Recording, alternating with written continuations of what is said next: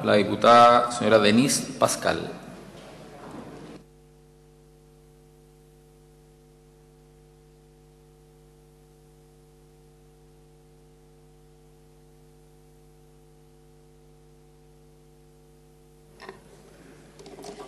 Señor presidente,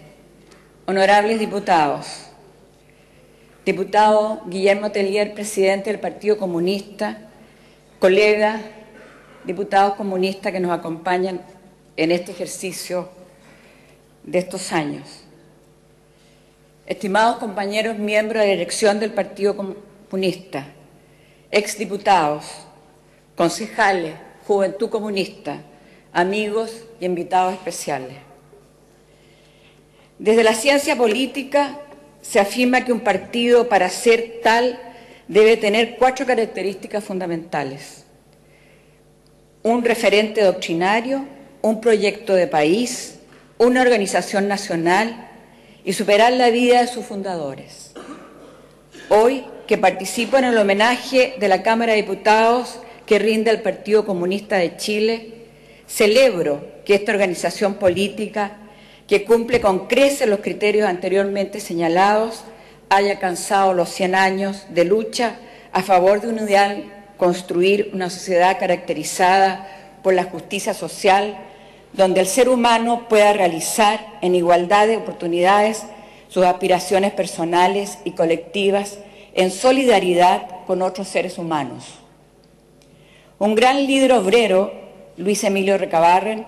fundó el 4 de junio de 1912 el Partido Obrero Socialista en Iquique.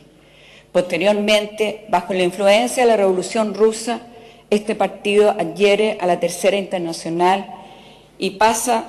en 1922 a dominarse Partido Comunista.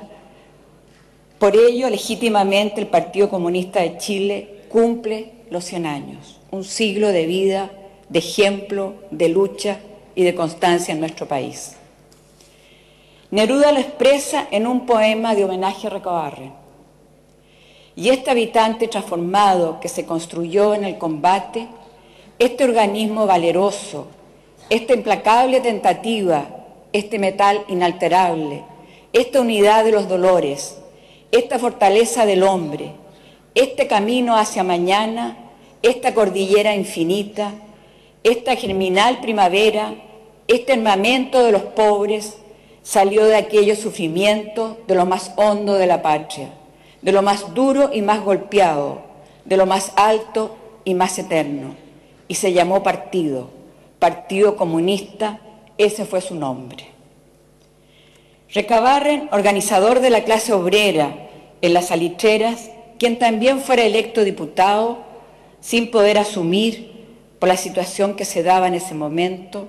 aportó de manera fundamental a la toma de conciencia y a la organización del proletariado nacional,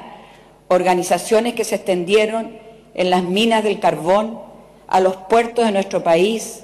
en los ferrocarriles, a la incipiente industria que surgía en el país.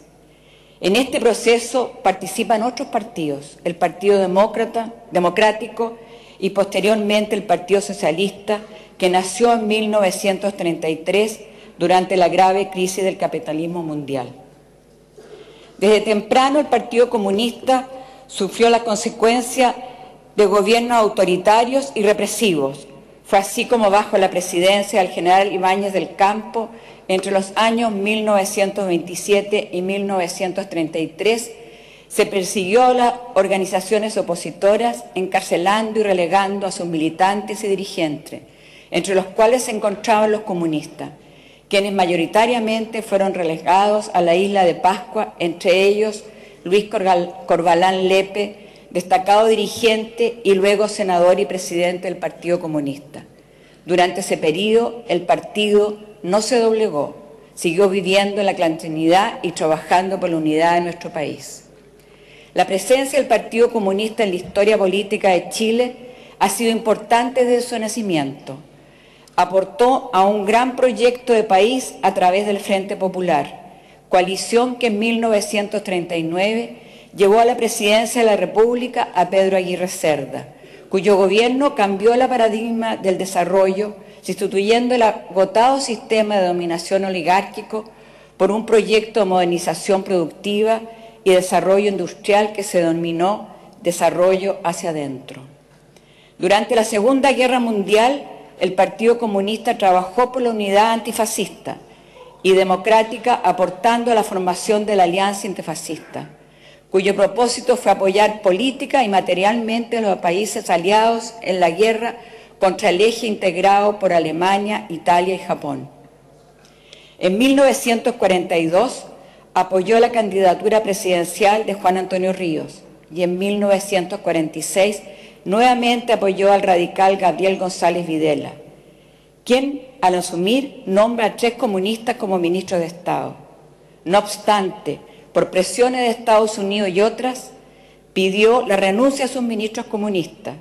Y no solo eso, sino logró que se aprobara la Ley de Defensa Permanente de la Democracia, llamada Ley Maldita, que puso en la ilegalidad nuevamente al Partido Comunista, abriendo campos de concentración donde fueron recluidos militantes, líderes y seguidores de la izquierda democrática. Así todo, el Partido Comunista siguió trabajando en la clandestinidad por lograr nuevamente la unidad del pueblo, por su lucha por la vida y las diferentes situaciones que se viven. Es importante recordar la discusión que hubo en el Congreso para aprobar esa ley que contó con la oposición del entonces senadores Salvador Allende, Eduardo Cruzcoque y el diputado Radomiro Tomic de la Falange Nacional. En aquella ocasión el senador Cruzcoque afirmó que el proyecto, abro comillas, vulnera la más elemental concepción de democracia cristiana, ignora los límites de eficacia que puede tener una ley, promovería su aplicación más vicios que virtudes, crea el Estado policial, suprime la oposición, es inconstitucional, un parlamento que se respeta a sí mismo no puede aprobar esta ley. Por su parte, Salvador Allende expresó, abro comillas, las ideas, los principios y las doctrinas no se arrancan del corazón de los hombres y de las multitudes ni con leyes represivas, ni con la cárcel, ni con el destierro, ni con la persecución, ni con los asesinatos. Reclamamos para los comunistas los mismos derechos de vida cívica que para ustedes, señores parlamentarios, y para nosotros tiene nuestro país. Palabras sabias en ese momento de Salvador Allende. A lo mejor mirando, sin saberlo, el futuro de nuestra patria. La proscripción del Partido Comunista se prolongó por 10 años, periodo en que sus parlamentarios fueron elegidos a través del Partido Socialista. Solo en 1958, en el segundo gobierno de Carlos Ibáñez, se derogó la ley maldita. Cabe destacar que el Partido Comunista, junto al Partido Socialista, fueron pilares en la creación de las organizaciones de los trabajadores, tales como la CUT, la NEF, la Confederación de Trabajadores del Cobre y muchas otras que aún viven, que ojalá cada día sean más fuertes porque es el reflejo de nuestro pueblo. En las elecciones presidenciales de 1952, de 1958, de 1964 y 1970, el Partido Comunista integró las coaliciones políticas que postularon como candidato a Salvador Allende, triunfando con la Unidad Popular el año 1970. Esta fue la segunda vez que el Partido Comunista llegó a integrar un gobierno para aplicar un programa que en sus casi 3 años de duración permitió alcanzar importantes logros en salud, en vivienda, en educación, en la redistribución del ingreso, en la reforma agraria, esencialmente en la nacionalización de las riquezas mineras, el cobre. Proyecto este último que contó con el apoyo transversal de todos los partidos políticos. Conocemos la historia, cómo terminó el gobierno de la Unidad Popular, reemplazado por una dictadura militar sustentada en la doctrina de la seguridad nacional, que incluía la práctica sistemática de violación a los derechos humanos, responsable de miles de víctimas, entre quienes participaron o simpatizaban con el gobierno de la Unidad Popular. Fue un periodo vergonzoso para Chile, repudiado universalmente, en el que hubo asesinatos, detenciones, torturas, relegaciones, destierros y desapariciones de personas que aún no aparecen. Durante la dictadura, el Partido Comunista trabajó en la clandestinidad, al igual que otros partidos políticos, todos ellos proscritos por el régimen militar. Sus víctimas fueron miles, muchas, entre ellos Víctor Jara, Víctor Díaz, Fernando Ortiz y muchos otros jóvenes militantes del partido. En 1987, el Partido Comunista hace una profunda reflexión que derivó en la reformulación de sus objetivos estratégicos, participando en la Alianza Democrática por el No. Tras el triunfo de la oposición en el plebiscito de 1988, con el dictador Augusto Pinochet aún en el gobierno,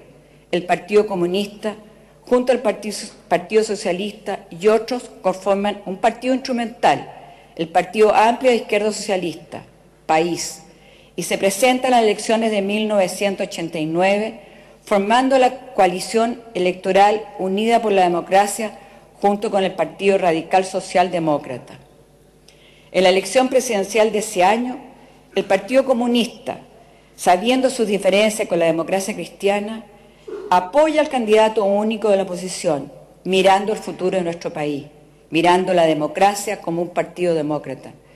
quien a la postre sería el primer presidente de la transición a la democracia, el demócrata cristiano Patricio Elwin Azócar. Hoy estamos en otra etapa. Hemos vivido un proceso de transición democrático y restitución de la convivencia ciudadana que reconoce y acepta las diferencias políticas. Este proceso ha sido lento.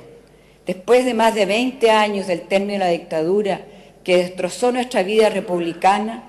podemos decir que avanzamos por el camino de la democracia buscando perfeccionarla para lograr el bienestar de todos. No obstante, tenemos que reconocer que nos quedan grandes y que tenemos que reconocer muchos aspectos débiles que nos quedan aún, como las desigualdades en distintos ámbitos, como la segregación social, como la concepción y práctica de un Estado que en importante medida prescinde de las demandas y necesidades de la sociedad, y como la ley electoral binominal que distorsiona la representatividad ciudadana, obstaculizando la posibilidad de organizaciones como el Partido Comunista pueda llegar al Parlamento sin tener que llegar a recursos de pactos por omisión. Creemos que la democracia se construye cuando todos los partidos, todos los representantes de la ciudadanía, democráticamente pueden llegar sin tener que hacer pacto a los cargos elegidos por el pueblo de Chile. Honorables diputados,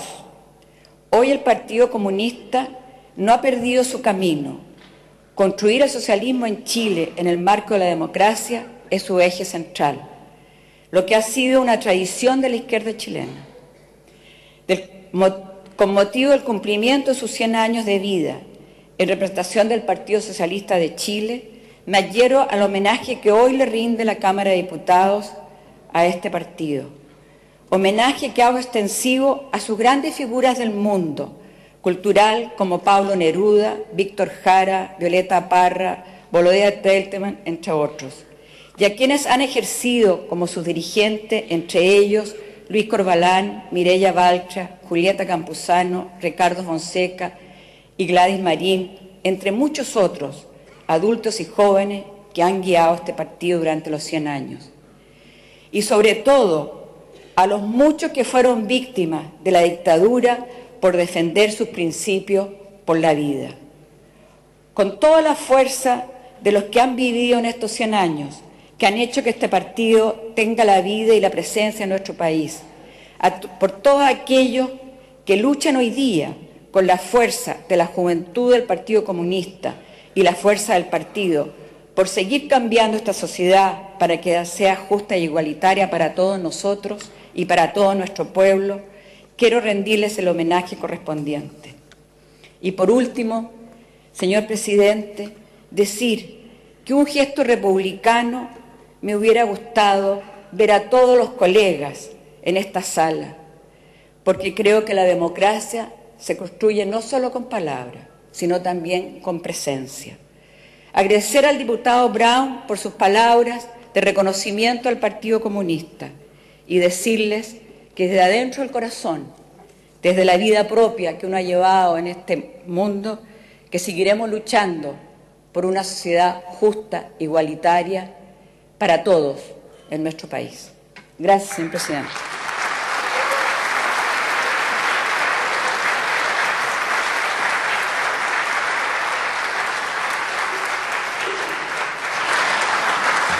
Muchas gracias, diputada Denise Pascal. A continuación, en representación de la bancada regionalista, tiene el uso